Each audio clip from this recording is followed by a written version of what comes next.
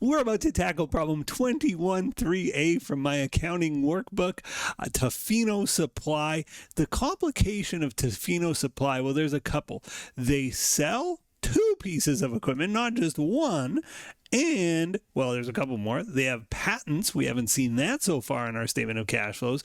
And the big one, the one that I think is the trickiest, is they have a deferred tax liability. And we haven't had to grapple with deferred taxes just yet. I don't think any of this is that complicated. I just think it's our first time seeing it. And so that requires a little bit more attention. So we're asked to prepare a cash flow statement.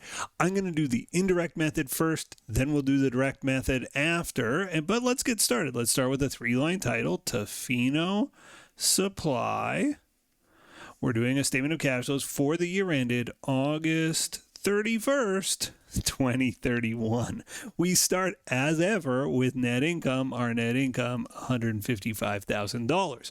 We're then asked to add back depreciation. This is very standard indirect method cash flow statement stuff. And I look for my depreciation expense. Well, it's in operating expenses. Operating expenses are expounded upon down here. It says the operating expenses of $455 are composed of depreciation. That's what we want. Amortization of patents. Amortization of intangibles is treated exactly like depreciation in the cash flow statement. So we're just going to be adding that back. Salaries and other. And it notes salaries are $289. And it says you're going to need to calculate the rest. Okay, lucky us. Well, we kind of know how to calculate depreciation, so let's start there. So let's do a depreciation expense calculation. And it's based on accumulated depreciation, right? The change in accumulated depreciation. So in the absence of other information, you would just go, accumulated depreciation went up by 9. Our depreciation expense is 9. But we do have additional information. We know we sold some equipment, so that can't be right. We sold a bunch of equipment, that's never going to be right. And there's a bullet point about it. 2 pieces of equipment were sold for cash during the year. The first had cost of 54 and AD of 26. AD is what we're after. Second had cost of 85 and AD of 23. Okay, so to figure out the depreciation expense, you start with your beginning accumulated depreciation. Then you say, how did it change during the year? Well, it would have dropped by 26 and it would have dropped by 23 as we sold both of those assets. Now it's $49,000 it would have dropped by. So after selling those assets, it would be sitting on our books at $299, our accumulated depreciation. And yet we end the year at $357. Well, how did we get from $299? That's where we'd be sitting after we sold the 2 assets. How did we get that from there to $357? Depreciation expense. So it's $58,000, right? The missing number, right? $299 plus 58 is $357. $357 minus $299 is $58. Our depreciation expense, $58,000. That's obviously a key number. Another key number is patent amortization.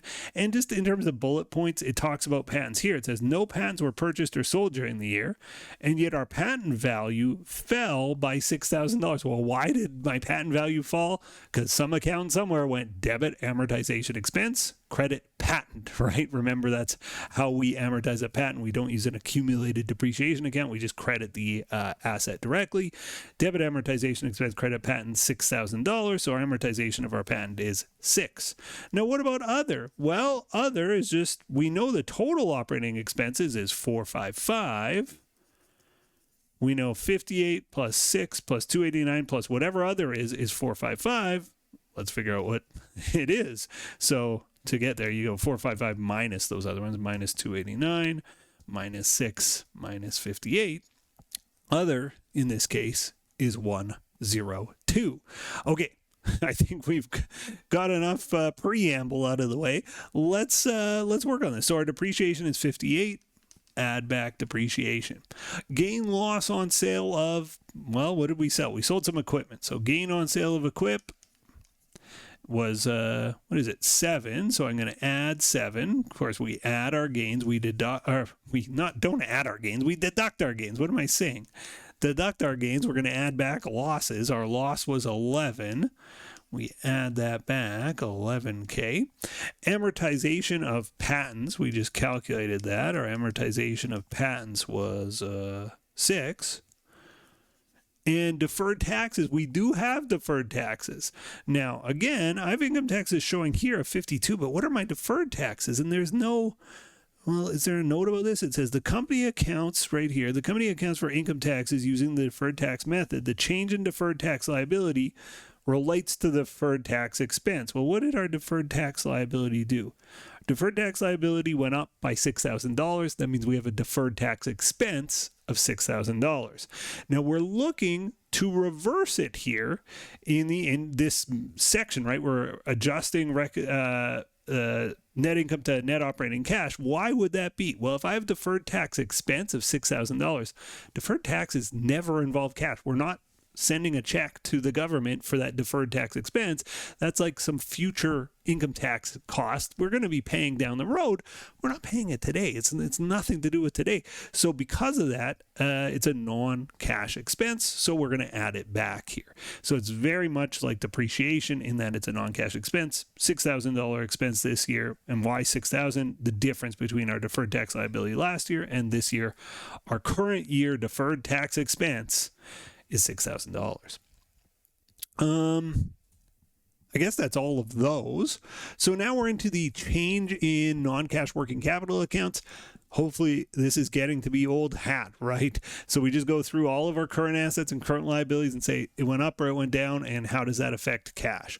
So our accounts receivable going up by 21 grand is bad for collections. It's bad for cash flow. Any asset goes up, cash goes down, minus 21K. Change in inventory. Inventory went down. Well, inventory went down by 22K. Cash goes up. A few less money tied up in inventory. Change in prepaid insurance. Prepaid insurance went down. We have less money tied up in our prepaid insurance. Oops, that's plus to cash, pardon me. Plus 2K to cash. Now we're on to building and equipment. Well, that's long term. That is investing activity. On to accounts payable then. 88 to 97, it went up by 9K. Cash goes down by 9K. No, the cash goes up by 9K. What am I? I've got these all backwards in my mind right now. Sorry. A liability goes up. That means cash goes up. Liability goes down because you're paying it off. That means cash goes down. Salaries payable went down. Cash goes down. 6K. Dividends payable. Well, we'll deal with that when we go to pay our dividends. And dividends are in the financing section. So that's one that we just have to know, and you will know by now. We leave that off for now. Interest went up. Interest payable went up. Cash goes up. Payables go up. Cash goes up. Deferred tax liability, you might think, well, what about that one? That is a non-current asset. It doesn't get dealt with here, right? This is a long-term asset, or long-term, liability.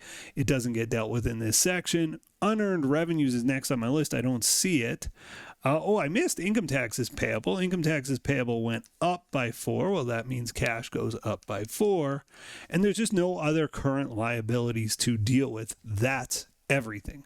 So let's add up this list and see where we're at. Where's my calculator? There it is. 155 plus 58 minus 7 plus 11 plus 6 plus 6 minus 21 plus 22. Did I do that right? I'm feeling shaky. Well, we'll see. Plus 2 plus 9 minus 6. I feel like I fat fingered my keypad. Plus 1 plus 4. I do have a check figure, so it should come out to 240, and it does. That is good news. Okay, so our cash inflow from operating activities is 240. On to investing activities. That was the hard part of this. We're done the hard part. Investing activities, very much like what we've seen before. Did we buy any equipment? Did we sell any equipment? Well, we did both. Equipment was purchased during the year for $216K cash. Bullet point number 4, cash paid for equipment, $216K. Equipment was sold, and this was that 2 pieces of equipment got sold, one at a gain, one at a loss. Let's figure out what that equipment is worth. We got 2 pieces that sold. One was cost of $54K and AD of 26. 54 minus 26 one equipment that its net book value was 28. Equipment number 2 has net book value of 85 minus 23. What is that? 62. And we sold them both. One of them experienced a gain, the other experienced a loss. Doesn't matter which is which for our calculations here. Let's put the gain on the first one. So plus 7 for that one. We'll assume it was sold for 35. And the loss is 11 on this one. So minus 11. So we're left at 51. Now, why doesn't it matter? Well, we're going to combine them anyway. So we're left at 86. If we had flipped these and said this one lost 11 and this one gained 7, you end up in the same spot, right? 28 minus 11 is 17. 62 plus 7 is 69. 69 plus 17, it's 86 that way also. So it doesn't really matter which one you apply the gain or the loss to, as long as you calculate it correctly, which I think we have. So cash received on sale of equipment, $86K. There's no investments, just looking at our assets, right? Looking for investments there. I don't see any. So because there's no investments, negative 216 plus 86, it's $130,000. Onto the financing section, and again, the financing section is straightforward. The operating section was the hard part, and in fact, the hard part I find was just right up there. Cash paid to reduce bonds or long-term debt. Well, let's see what happened to our bank loan. Bank loan fell by 25 grand, so I would think minus 25 grand here. And it says the company repaid 25 grand of the bank loan. Okay, so 25 grand cash paid to reduce a bank loan. Some of these, there's like 2 items working against each other. This appears just to be the one. What about our common shares? Looks like we issued 30,000 of common shares, and notes common shares were issued. All right, well, in the absence of other information, we assume for cash. And now we got cash paid for dividends, which is that classic retained earnings calculation. We take our retained earnings beginning plus net income, subtotal, minus divs declared, not paid, but declared, equals retained earnings ending. Okay, retained earnings beginning, 614. Add net income, 155. Subtotal, 769. Minus dividends declared equals retained earnings ending, 698. All right, 769 minus what is 698? Looks to me like 71. Yeah, I think. I used my calculator. I'm feeling shaky on this one for some reason. Let me get the calculator out. 769 minus 698. I should have had courage of my conviction. It was 71. So that's the dividend we declared. Is that the dividend we paid? Well, remember, it's dividends declared plus decrease in dividends payable. Our dividends payable here increased, and so that means we didn't pay the full amount, right? If our payable is going up, it means we're not paying the full 71. We're paying 71 minus 4. We're paying 67. I'm not going to do a 6-7. I can't help myself. There we go. Got it out of my system. And again, when a middle-aged accountant is doing that, you know it's truly over. I'm sorry. There was a thing, chicken jockey was a thing in my house. I started doing it, and that ended that really quickly. Negative 25 plus 30 minus 67 is negative 62. And there we go. Let's add up our list here. Oops, I should have put that one in brackets, of course. I'm glad I caught it now. 240 minus 130 minus 62. I get 48K as an increase in cash. 48K positive. Did cash go up by 48K? The $48,000 question sure looks like it did. 57 to 105. That is an increase of 48,000. I think we're good. 57 to 105. Feeling very good about our indirect method. Let's do the direct method, and we can really confirm that the 240 is a solid number. Okay, so here is the setup. Cash collections from customers, sales plus decrease in AR plus increase in unearned revenues. Well, we didn't have any unearned revenues, so sales plus decrease in AR. Sales are 1348. Decrease in AR. AR actually went up by 21K. So minus 21 is 1327. Cash paid for merch, cost of goods, 672. Plus increase in inventory. Inventory did not increase. It decreased by 22,000, minus 22. Plus decrease in AP. AP increase, so minus, what is that, 9,000? Minus 9,000. All right, 672 minus 22 is 650, minus 9 is 641. Cash paid for salary. Salaries expense, that was given 289. Plus decrease in salaries payable, 18 to 12, that is a decrease of 6, bringing us to 295. Cash paid for other operating expenses. Other operating expenses, 102. Increase in prepaid insurance. Where's prepaid insurance? It didn't increase, it decreased, minus 2. We're sitting at 100. Cash paid for interest. Interest expense on the income statement is 10. Plus premium amortization, that's on a bond with a discount or a premium. No. Plus decrease in interest payable. Interest payable, where are you? You went from 3 to 4. You didn't increase. You didn't decrease, rather you increased. Minus 1, so it's 9K. Last one, income taxes. Income tax expense, 52K. Plus deferred tax benefit minus deferred tax expense. We did have a deferred tax expense. Deferred tax liability went up by 6,000, so our deferred tax expense was 6,000. It's just this number. We had calculated this earlier in any event. Where is it?